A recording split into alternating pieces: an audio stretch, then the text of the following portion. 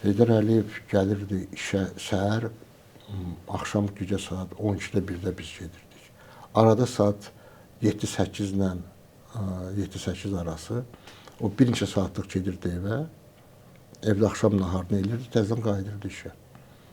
Yəni çox vaxt mən heç evə də getmirdim. Onun üçün yolu saysaq eləsək görürdüm ki, dincəlməyə heç vaxt da yoxdur. Elə mən qalırdım aparatda. Heydər Əliyev yenidən saat 8-dən sonra qayıdırdı işə. Bir saat 12-yə kimi işləyirdik, saat 1-ə kimi işləyirdik. Elə gün olurdu ki, mənə deyirdi, bir gün hər şeyi mən baxa bilmədim sənədlərə, imza ata bilmədim. Gecə saat 3-də gələrsən evimizə. Və mən gedirdim evə, nahar eləyirdim. Saat 1-də, 2-də nahar eləyirdim. Saat 3-də də gedirdim evlərinə. Evlərində otururdu, sənədlərə imza atırdı, eləyir. Belə hallarda olurdu. Yəni iş həqiqətən də çox oydu. Mən də köməkçi kimi gərək Heydər Əliyevdən bir saat əvvəl gəlim işə.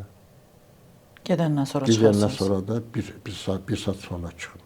Ona görə ki, Heydər Əliyevin iş usulu belə idi. O işə gələndə 5-6 adamla əlaqə saxlayırdı. Vəziyyət nədir? Gecə və səhər nə dəyişikliklər var və s. Amma bu güc nazirləri idi. Onu dəqiq bilirəm. Milli Təhlükəsizlik Naziri, Daxili İşlər Naziri, başqa güc nazirləri var idi.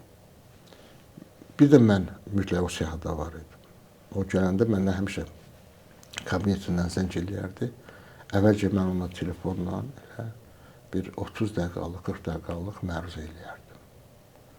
Ondan sonra deyərdi ki, yaxşı, falan saatda gələrsən, sənədləri gətirərsən, sənədlərin üzərində işə başlayarıq ya da son vaxtda müşavirə təyin eləyirdi və s. Ona görə də gərək bir saat ondan əvvəl gələydim. Mən baxardım ki, bu gecə nələr gəlib, nə məlumatlar gəlib, açıq poçtla, məxfi poçtla. Məxfi poçtu da Heydər Əliyev tapşırmışdı ki, məndən başqa heç kim aça bilməz. Əgər mən işdə yox idimsə, o konvertdə qalırdı, məxfi qriflə açılmamış şəraitdə. Əgər biz xarici səfər edirdiksə, mən xarici səfərdən qayıdandan sonra görürdüm orada 40-50 belə sənəd, hamısı məxfi sənədlərdir. Onun üçün məndən başqa heç kim onları aça bilməzdi.